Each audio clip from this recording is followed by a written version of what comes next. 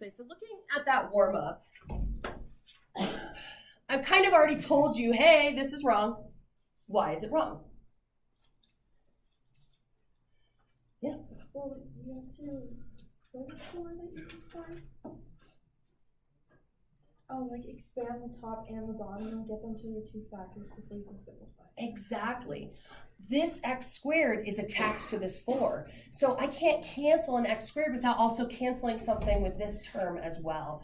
So this is just mathematically incorrect. What we have to do is to expand them or factor them.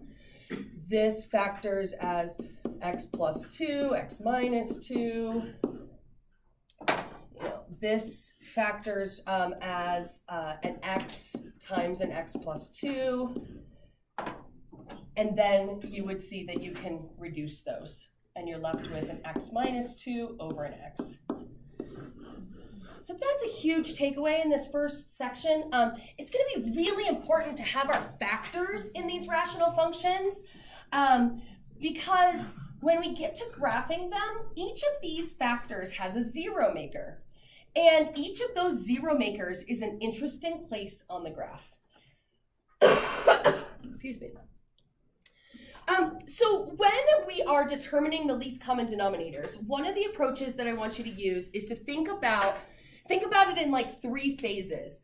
First, look at any regular numbers. So if I'm looking at this combination of fractions, all we want you to do right here is identify the least common denominator. Okay, we're not adding or subtracting these. We're just figuring out what would it be. So when you do that, I want you to do it in 3 phases. First phase, look at the numbers. So if one of the fractions has a 2 and the other fraction has an 8, what would be their least common multiple? What is the number that's the smallest that they both go into?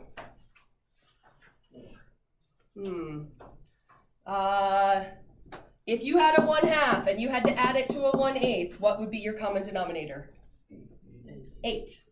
Okay, so I describe that as being, that is the smallest number that they both divide into. 8 divides into 8, 2 divides into 8. Okay, so I would need an 8. So every fraction would need an 8. So this fraction would have to get an 8. This fraction would just have to be magnified by 4. This already has the 8. Okay, now look at the x's.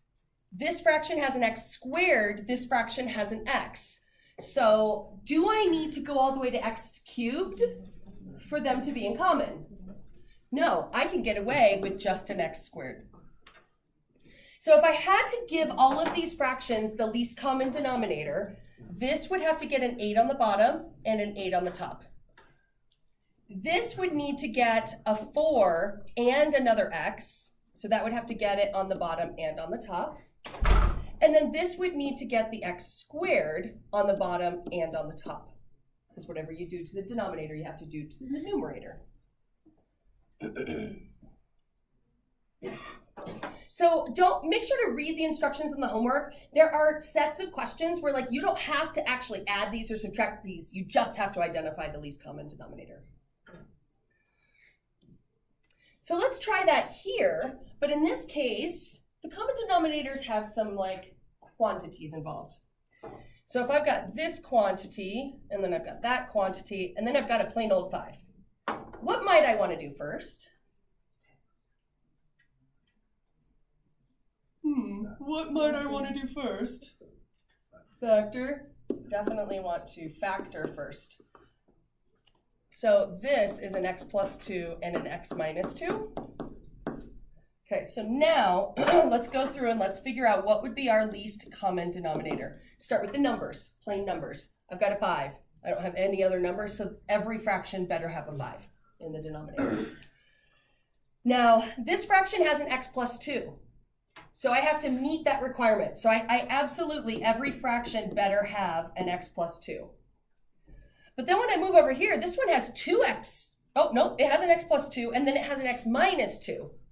Well, I have to meet that requirement, so all the other ones are going to need an x minus 2. So I've kind of met all of the existing requirements of every fraction, but then I've combined kind of all the pieces. So if I was going to apply this and do the adding, subtracting, all I would do is multiply this one by a 5 on the top and the bottom. This one would have to get a 5 and an x minus 2. So it would have to get a 5 and an x minus 2 on the top. This would have to get the x plus 2 and the x minus 2 on the top and the bottom.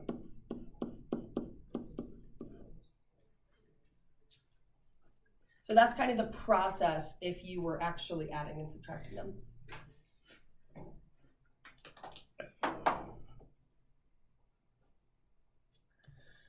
So let's see, what about this one? We've got, this is a quantity, but I could take out an x and I would get an x plus 3. This is sort of a single term. This is something that I can factor. That is x plus 3 and x minus 3. So let's see here. Least common denominator. I'll do numbers first, then regular x's, x squareds, x to the thirds, then quantities. So numbers first. There aren't any just numbers here. There's a 4 here, and there's no numbers here. So every fraction better get a 4. Now let's look at just regular x's. So this has a regular x to the power of 1. This has a regular x to the power of 1. So they're in common right now. This one doesn't have it, so it would need it. So we do need to have a plain x as our common, as a part of all of the denominators. All right, this fraction has an x plus 3, so I better include that. I've already included an x plus 3. I need to include an x minus 3.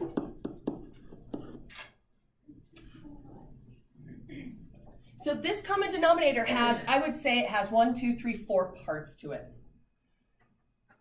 This first fraction would probably get 2 of those parts. Now, does anybody see something I might have been able to do with my first fraction?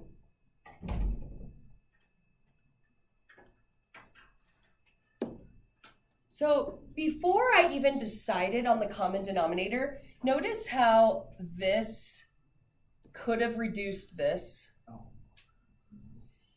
If you catch that before, it can make your common denominator, it can sometimes make that common denominator process simpler.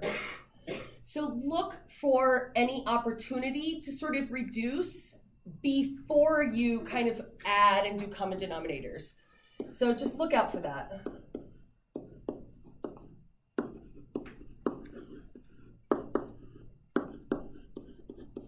Because obviously, anytime we can make something simpler, we're going to be paying it forward to ourselves. So if you actually have to add or subtract them, I sort of already talked through the process. Now, this particular problem is a subtraction problem. Do be careful with the subtraction problems. Don't forget that it has to distribute to everything. Now, this one's pretty straightforward. This one, notice that the denominators are already exactly the same. Okay, so I don't have to work to get a common denominator. So when I subtract these, I will have a 2x squared minus an x. In the numerator, I'll have a 5x minus a 3x minus a 1. So I will end up with a 2x minus 1 over a 2x squared minus x. Now, I didn't have to factor the denominator in the beginning because they were already the same, but don't overlook the fact that you might need to factor it at some point, because I think something's going to reduce here. Because I'm in the denominator here, I can take an x out and I get a 2x minus 1. I'm going to be able to cancel out the entire 2x minus 1 from the top and the bottom. And then it reduces all the way to 1 over x. So always consider factoring before you're done with the problem. Always check, double check, does the top factor, does the bottom factor? If you can, with confidence, say, no, I know that doesn't factor, then you know that you're done and it can't reduce any further. All right, so for these, let's see here. We need to get a common denominator. So for this one, my least common denominator, I've got a 2 and I've got a 6. What's their lowest common multiple? 6. And then I would need an x squared. So in order for this to have a 6x squared, I would have to magnify it by 3. And then for this to be a 6x squared, I have to give it an x. So then the tops also have to change. So then this becomes a 15 over a 6x squared plus a 3x over a 6x squared. So really I get a 3x plus a 15 over a 6x squared. I have performed my addition. The question is, does my following, does this result reduce any further?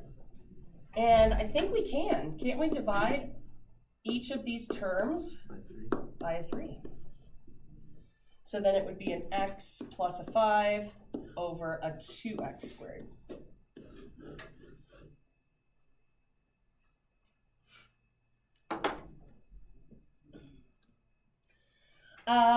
This is a quantity, and this is a quantity. This first one needs to be factored. X minus 4, x plus 1. Now we can determine our least common denominator. It definitely has to have an x plus 1. Luckily, both of them already have an x plus 1, but they would both also need an x minus 4. So this actually already has the entire common denominator. This is the only one where I have to multiply by something. This 3 is going to distribute. So if I perform that addition, I have a common denominator. So I know what that is. In the numerator, I will have a 5 plus a 3x minus a 12. So that's what, 3x minus 7 over x plus 1, x minus 4.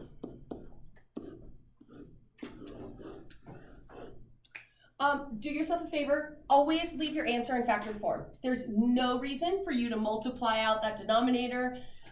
We want the factors because this zero maker here does something special on the graph. This zero maker does something else special, and this zero maker does something else special. Okay, so for our last one, I wanted to show you one where the fact that it's a subtraction problem plays a really important role. The distributive property plays a big role in this problem. So let's start by factoring our denominators. So let's see, this would be x plus 4, x plus 4. And then this will factor as x minus 6x plus 4.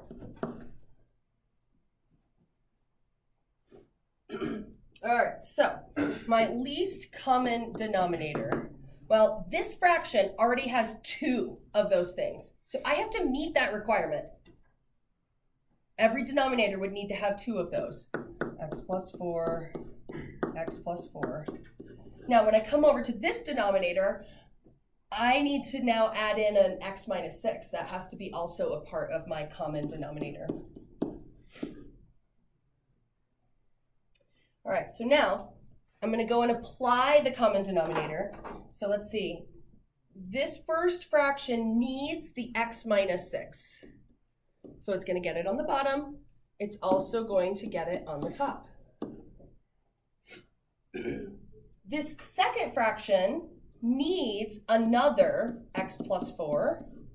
And so it's going to get an x plus 4 on the top and the bottom. Now here's where we need to be really careful. This is a quantity multiplied by another quantity. So why don't we do that real quick? We have to FOIL that out. That's going to be x squared plus 4x plus 2x plus 8. And then, as if that wasn't complicated enough, I now have to take this minus sign and distribute it to every one of those terms. So let's see what we're going to get. We have a common denominator, x plus 4, x plus 4, x minus 6. In the numerator, this will distribute. So I've got a 4x minus 24. Then I have a minus x squared. This is going to give me minus 4x minus 2x, so minus 6x, and then minus 8. Now just combine your like terms, rearrange it. So I'll have a negative x squared. So I get rid of that. 4x minus 6x is minus 2x. So I got rid of those. Negative 24 minus 8 is negative 32. And that's all over x plus 4, x plus 4, x minus 6. Now, this is probably done, unless, of course, we could factor this numerator. So let's see, are there factors of 32 that add to 2? 8 and 4, 16 and 2. No. So I've ruled that out, so now I know, okay, this is done. This as far as that goes. All right. So 11B is your assignment. Make sure to read the instructions so you're not doing more than you have to do, okay?